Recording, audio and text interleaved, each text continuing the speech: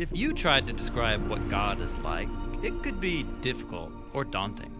But when the people who wrote the Bible pondered the mystery of God, they consistently describe God's character in this way: compassionate and gracious, slow to anger, overflowing with loyal love and faithfulness. We're going to look at the second key word in this statement: gracious. The Hebrew word is chanun, which is related to the Hebrew noun chen. This word, chen, is often translated as grace or favor, and if you study how this word is used throughout the Bible, you find a fascinating story. One meaning of chen is delightful or favorable. In the Psalms, a skilled poet is said to have lips of chen. That is, he can craft beautiful words that bring delight. Or a dazzling piece of jewelry is an ornament of chen. It attracts attention and favor. This is why chen is often the word used to describe a gift given with delight or favor. In these cases, chen could be translated as grace. Like in the story of Esther, who approaches the king of Persia to ask that she and her people be spared from death. She calls this a request for chen. And because the king delights in Esther, he favors her and grants her wish. So, giving a gift of favor is chen because it's motivated by delight. And the most extreme kind of chen is showing favor to someone who should get what they deserve, not a generous gift. Like Jacob, who cheated his brother Esau, ran away, and then after 20 years wants to come back and make things right. So he comes to Esau asking, "May I find chen in your eyes?" Jacob isn't asking for what is fair, but for favor. And surprisingly, that's what Esau gives him. He chooses to delight in his brother Jacob and show him grace that he doesn't deserve. Now, chen requires a generous spirit, which people sometimes have. But in the Bible, the one who shows more chen than anyone else is God. Like when God rescued the Israelites out of slavery in Egypt, and they quickly betray him by giving their allegiance to a golden idol as their God. But then, Moses steps in and asks God to consider giving a gift that they don't deserve. And God says yes, by showing the ultimate act of chen, forgiveness and a promise to be with these people.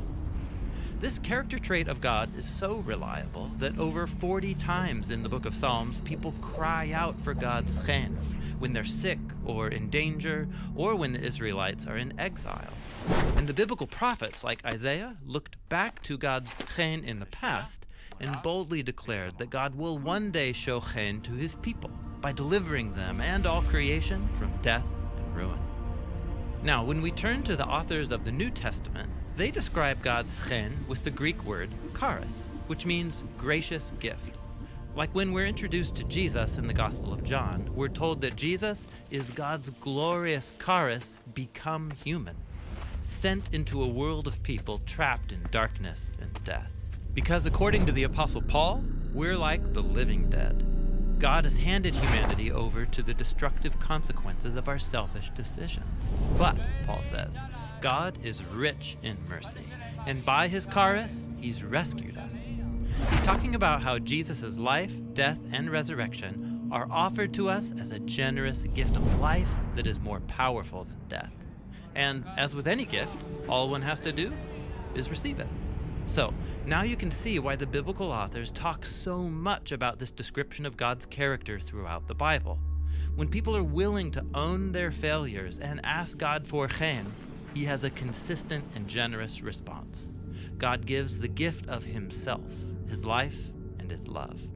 And this You've probably heard the word holy before, or at least sang it in a church song once or twice. And for most people, this idea is really just connected to being a morally good person. So God is holy because he's morally perfect. Yeah, that is part of it. But in the Bible, the idea of holiness is even bigger and more rich. What it's really describing is how God is the creative force behind the whole universe. He's the one and only being with the power to make a world full of such beauty and life. And so all these abilities, they make God utterly unique, which is the meaning of the word holy.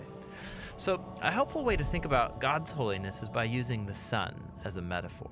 The sun is unique, at least within our solar system, and it's really powerful. It's the source of all this beautiful life on our planet. And so you could say that the sun is holy. And you can actually take this metaphor even further in that the whole area around the sun is also holy. Yeah, because the closer you get to the sun, the more intense it gets. Yeah, exactly. So that very power and goodness that generates all this life is also dangerous. I mean, the sun, if you get too close, will annihilate you. And in the same way, there's this paradox at the heart of God's own holiness, because if you're impure, his presence is dangerous to you. And not because it's bad, but because it's so good. And so the first time we see this paradox of God's holiness, it's in the story of Moses and the burning bush. So God tells Moses to take off his sandals because he's standing on holy ground. And Moses covers his face in fear, and God says, hey, don't come any closer. It's intense. It's actually that intensity of God's holiness that's explored even more in the stories about Israel's temple, which was the main place where God's holy presence was located. And at the center of the temple was this room called the Most Holy Place, this the hot spot of God's presence. And whether you're an Israelite living in the land around the temple or a priest working right in the temple, you're in proximity to God's holy presence, which is dangerous. Yeah, this is a problem. So how's it supposed to work? Well, in the Bible, the solution is that you need to become pure. So like being morally pure. Yeah, and that's easy enough to understand. But the Bible spends a lot of time talking about another kind of purity, being ritually pure, which is a state where you separate yourself from anything related to death, like touching things like diseased skin or dead bodies or even certain bodily fluids. All these make you impure. And becoming ritually impure isn't necessarily sinful. What's wrong is waltzing into God's presence when you're in an impure state. And so that's why God gave the Israelites very clear instructions for knowing when they were impure, steps to become pure, so that they could go into the temple again. So that's what the book of Leviticus is about. Right. But it doesn't stop there. This idea keeps developing. So later in the scriptures, we find this really interesting story by a prophet named Isaiah. And he has this crazy vision where he's in the temple and he's right in God's presence. He's totally terrified. Yeah, he knows the rules. He shouldn't even be in there. And he's worried about being destroyed. And then this crazy creature called a seraphim. Yeah, that is a crazy creature. Totally.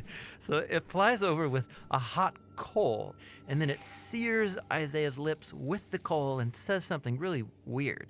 Your guilt is taken away, and your sin is atoned for. So this burning coal somehow makes Isaiah pure. Yeah, it's remarkable because normally if you touch something impure, it transfers its impurity to you. But now here's this new idea where you have this coal, this very holy and pure object, and it touches Isaiah, and it transfers its purity to him.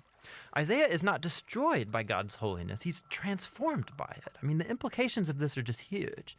But there's one more development. This time from another prophet, Ezekiel. And he has this vision where he's standing at the temple and he sees water trickling out from it. And then that water turns into a stream, and then it grows into a deep river that starts flowing through the desert, leaving this trail of green trees behind it. And then it flows into the Dead Sea, making everything fresh and alive. So instead of becoming pure first and then going into the temple, here God's holiness comes out from the temple, making things pure and bringing them to life. What does it all mean? So we don't know until we meet this man, Jesus. And he claims that he's fulfilling all of these ancient visions, but in surprising new ways. So Jesus, he went around touching people who are impure, people with skin diseases, a woman with chronic bleeding, or dead people. And when he touches them, their impurity should transfer over to Jesus. But instead, Jesus' purity transfers to them and actually heals their bodies. Jesus is like that holy coal in Isaiah's vision. Right. And Jesus claimed that he was the human embodiment of God's own holiness, and that he and his followers were now God's temple, so that through them, God's holy presence would go out into the world and bring life and healing and hope. And so this is why Jesus described his followers as having streams of living water flowing out of them. So this is our part of the story where we find ourselves now, but where's this all heading? So the last pages of the Bible end with a final vision about God's holiness. And this time it's by a guy named John. And in his vision, we see the whole world made completely new. The entire earth has become God's temple. And Ezekiel's river is there, flowing out of God's presence, immersing all of creation, removing all impurity, and bringing everything back to life.